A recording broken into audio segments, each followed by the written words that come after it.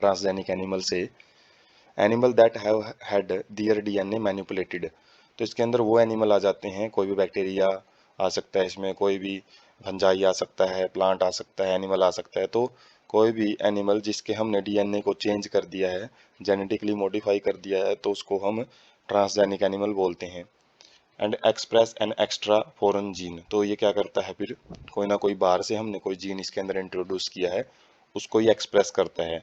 मतलब हमारे जिस डिजायर्ड करेक्टर के लिए हमने इसके अंदर वो जीन इंट्रोड्यूस किया है, तो वो करेक्टर ये शो करना स्टार्ट कर देता है।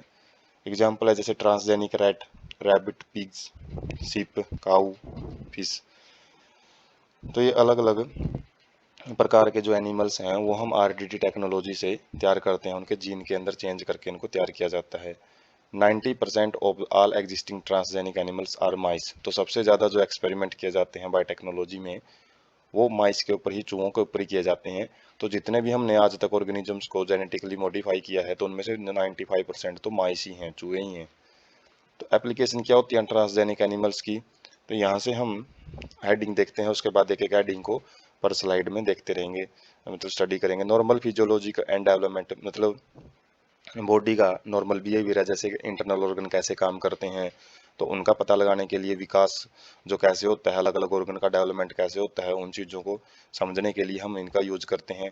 कैंसर, एल्जीमियर डिजीज, कुछ ऐसी डिजीज हैं जो कि बहुत ही ज़्यादा घातक हो सकती हैं। तो ऐसी डिजीज की जो स्टडी है, उनको समझने के लिए वो कैसे वो नुकसान पहुंचाती है शरीर को, तो उनको समझने के लिए, उनकी स्टडी के लिए हम एप्लीकेशन करते हैं, इनका ट्रांसजेनिक एनिमल्स का यूज करते हैं।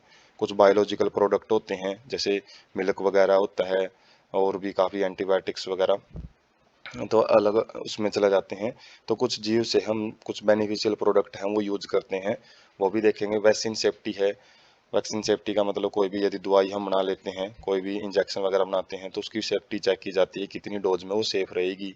केमिकल सेफ्टी टेस्टिंग में टॉक्सिसिटी टेस्टिंग यूज की जाती है, जिसके अंदर भाई कौन सा केमिकल कितनी हद तक ही एक हेल्पफुल पर्पज के लिए यूज किया जा सकता है, और किस डोज से ज़्यादा वो एक टॉक्सिक सब्सटेंस में बदल सकता है। तो ये एप्लीकेशन है, एक एक करके ये एप्लीकेशन हम स्टडी करते हैं। सबसे पहले नॉर्मल फिजियोलॉजी एंड डेवलपमेंट। तो इसमें क्या किया जाता है, specifically designed to study of how gene are regulated. तो इसमें ये समझते हैं कि जीन हैं जो, उनका जो काम है वो किस तरीके से शरीर कंट्रोल करता है, कि कब उनको एक्सप्रेस करवाना है, कब उनसे प्रोटीन बनाना है, या फिर कब उनको स्विच ऑफ करके रखना है।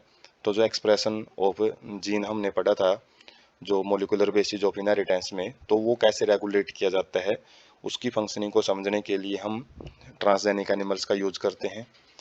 And how they effect normal functions of body and its development. और ये जीन है जो, वो किस तरीके से हमारे शरीर की जो नॉर्मल फंक्शनिंग है उसको प्रभावित करते हैं, और विकास है उसको किस प्रकार से उसको करवाने में अलग अलग रोल प्ले करते हैं, वो समझने के लिए। जैसे example, study of complex factor involve in growth such as insulin like growth factor. तो बहुत सारे हमारे शरीर में ट्रांसक्रिप्शन फैक्टर हैं, वो काम करते हैं। फैक्टर का मतलब है जो अपना एक रोल प्ले करें, कुछ भी जो अलग अलग एक्टिविटी को इफेक्ट करें। तो जैसे इंसुलिन लाइक ग्रोथ फैक्टर है, ये कैसे काम करता है, ग्रोथ में किस तरीके से रोल प्ले करता है। तो बहुत सारे ग्रोथ हार्मोन होते हैं, वो काम कैसे करते हैं, वो बनते कैसे हैं, तो उनकी स्टडी करने के लिए हम ट्रांसजेनिक एनिमल्स का यूज करते हैं। By introducing gene from other species that alter formation of these factor and studies the biological effect. तो कैसे यूज किया जाता है, बाहर से हम कुछ ऐसे जीन को इंट्रोड्यूस कर देते हैं जिनके अंदर ऐसे फैक्टर्स के बीच में, ऐसे जीन के बीच में, और जिससे क्या होएगा, वो जीन काम के नहीं रहेंगे। फिर उनके जो इफेक्ट हैं वो बॉडी के ऊपर देखे जाते हैं। बायोलॉजिकल इफेक्ट को हम स्टडी करते हैं कि इस जीन के साथ छेड़खानी करने से, मैनिपुलेशन करने से शरीर के ऊपर कहाँ पे असर हुआ है। तो इस तरीके से चेक किया जाता है। उसके बाद स्टडी ऑफ डिजीज, बीमारियों का कैसे स्टडी की जाती है, कैसे पता लगाया जाता है। Designed to understand of how gene contributed to development of disease. तो कुछ हम ट्रांसजेनिक एनिमल इस तरीके से डिजाइन करते हैं जिसमें हम समझ सकें कि उनके जो जीन हैं किस तरीके से अलग अलग बीमारी फैलाने में भी कारगर, मतलब ज़्यादा से ज़्यादा इफेक्ट शो कर सकते हैं, बीमारियां फैला सकते हैं। Specially made to serve as models for the human diseases. खासकर ऐसी बीमारियों को स्टडी किया जाता है दूसरे जीवों में जो कि खासकर ज़्यादातर ह्यूमंस में देखने को मिलती हैं, तो उनको ह्यूमन मॉडल के रूप में हम यूज करते हैं। जिस तरीके से ह्यूमन के अंदर फिजियोलॉजी काम करती है, उसी टाइप के जीव वहाँ पे विकसित किए जाते हैं, ताकि जो डिजीज का एक्टिविटी है और उनके ऊपर जो किस तरीके से वो आगे शरीर के ऑर्गन को इफेक्ट कर रही हैं, तो उनको स्टडी किया जा सके, so that investigation of new treatment for the disease is made possible. और जब हमको डिजीज का पता लगेगा कि वो किन किन ऑर्गन को डैमेज कर रही है, उसी के बाद ही हम उसको ठीक करने के लिए पॉसिबल ट्रीटमेंट हैं वो खोज सकते हैं। एग्जाम्पल है to study cancer, cystic fibrosis, rheumatoid arthritis and Alzheimer.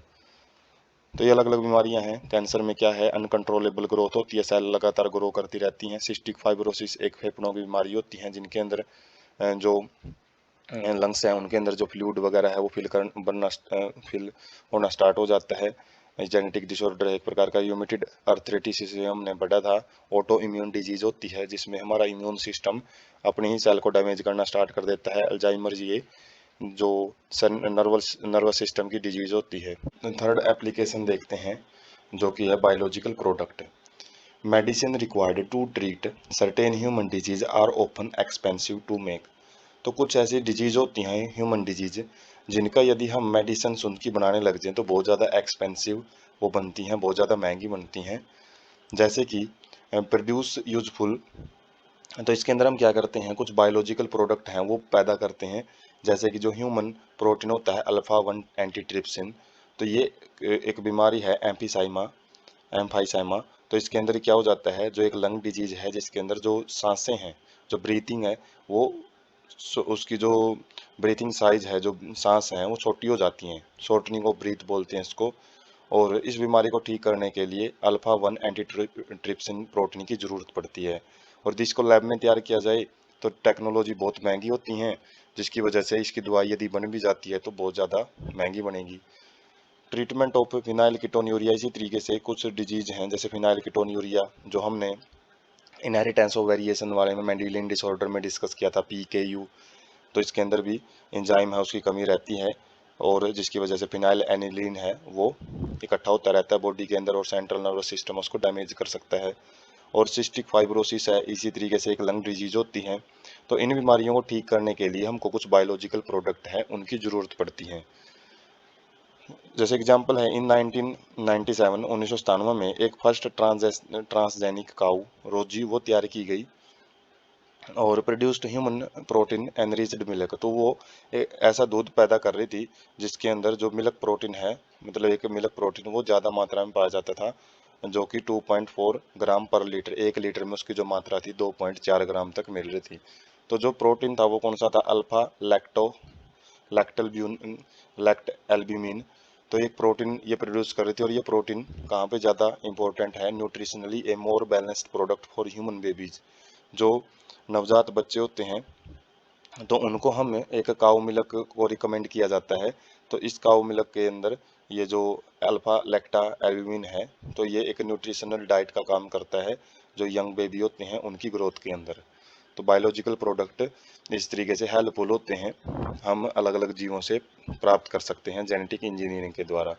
उसके बाद है fourth point, vaccine safety.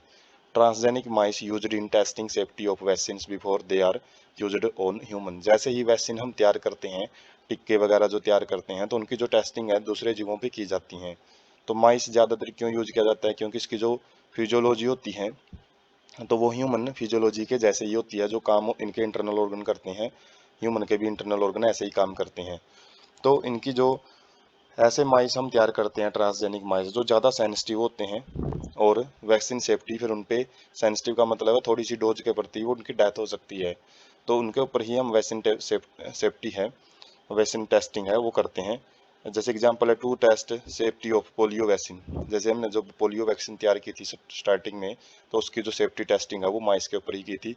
If successful, यदि ये टेस्टिंग सक्सेसफुल हो जाती है, और ये लेबल का मतलब है विश्वास पात्र हो जाती है, मतलब सही ढंग से काम कर रही है ये, तो इसको मंकीज के ऊपर यूज किया जाता है। और मंकी क्या है, और ज़्यादा उनकी फिजियोलॉजी है ह्यूमन के साथ मैच करती है। तो उसके बाद इनकी जो सेफ्टी टेस्टिंग है मंकीज के करने के बाद, safety of batches of vaccine. तो बैचेज का मतलब है काफ़ी सारे जो हम अलग अलग वैक्सीन है अलग अलग डोज के अंदर वो इनके अंदर यूज करते हैं, उनकी टेस्टिंग करते हैं कि ह्यूमन के ऊपर वो यूज की भी जा सकती है या नहीं। केमिकल सेफ्टी टेस्टिंग, टॉक्सिसिटी या सेफ्टी टेस्टिंग, मतलब जो अलग अलग ड्रग्स यूज की जाती हैं, जैसे हम पैरासीटामोल यूज करते हैं, ठीक है, 250 mgb होती है, 50 mgb, 500 mgb, तो ये अलग अलग जो डोज हैं वो कैसी तैयार की जाती हैं, by same procedure used for testing toxicity of drugs. जिस तरीके से ड्रग्स की टॉक्सिसिटी टेस्टिंग की जाती है, तो इसमें जो ट्रांसजेनिक एनिमल हैं वो ऐसे जीन लिए होते हैं जो उनको मोर सेंसिटिव बना लेते हैं टॉक्सिक सब्सटेंस के प्रति। मतलब पहले यदि वो 50 ग्राम डोज में ही उनके अंदर इफेक्ट हो रहा था, तो यदि हमने ऐसे उनके अंदर जीन थोड़े चेंज कर लिए जिसकी वजह से वो ज़्यादा सेंसिटिव हो जाते हैं, तो अब वो 20 मिलीग्राम के अंदर ही, जो 50 मिलीग्राम में जो इफेक्ट शो कर रहे थे वो 20 मिलीग्राम में ही उनके अंदर वो इफेक्ट होने स्टार्ट हो जाते हैं, मतलब ज़्यादा से ज़्यादा सेंसिटिव वो बन जाते हैं। They are then exposed to toxic substance and effect studied. तो उसके बाद वो क्या किए जाते हैं, टॉक्सिक सब्सटेंस के साथ में उनको एक्सपोज किया जाता है, और उसके बाद उनके जो रिजल्ट हैं उनको हम चेक करते हैं कि उनके अंदर क्या क्या इफेक्ट हैं वो देखने को मिल रहे हैं। Toxicity testing in such animals will allow us to obtain result in less time. तो इससे हमको बहुत कम टाइम में ही टॉक्सिसिटी टेस्टिंग का पता लग जाता है कि कितना जो कोई केमिकल सब्सटेंस है वो कितनी मात्रा में किसी भी जीव के लिए घातक हो सकता है, उसको बोलते हैं टॉक्सिसिटी। तो उसके लिए हम सेंसिटिव एनिमल्स हैं वो यूज कर सकते हैं। सेंसिटिव क्यों यूज किए जाते हैं, क्योंकि नॉर्मली एनिमल हैं अपने अंदर इतना ज़्यादा रेजिस्टेंस लेके चलते हैं कि उनको ज़्यादा से ज़्यादा डोज में भी कोई असर नहीं होता उनके। तो ट्रांसजेनिक एनिमल ऐसे सेंसिटिव हो जाते हैं, उनको थोड़ी सी डोज में भी वो ज़्यादा इफेक्ट शो करते हैं, इसलिए हमको डोज निर्धारित करने में कम टाइम लगता है।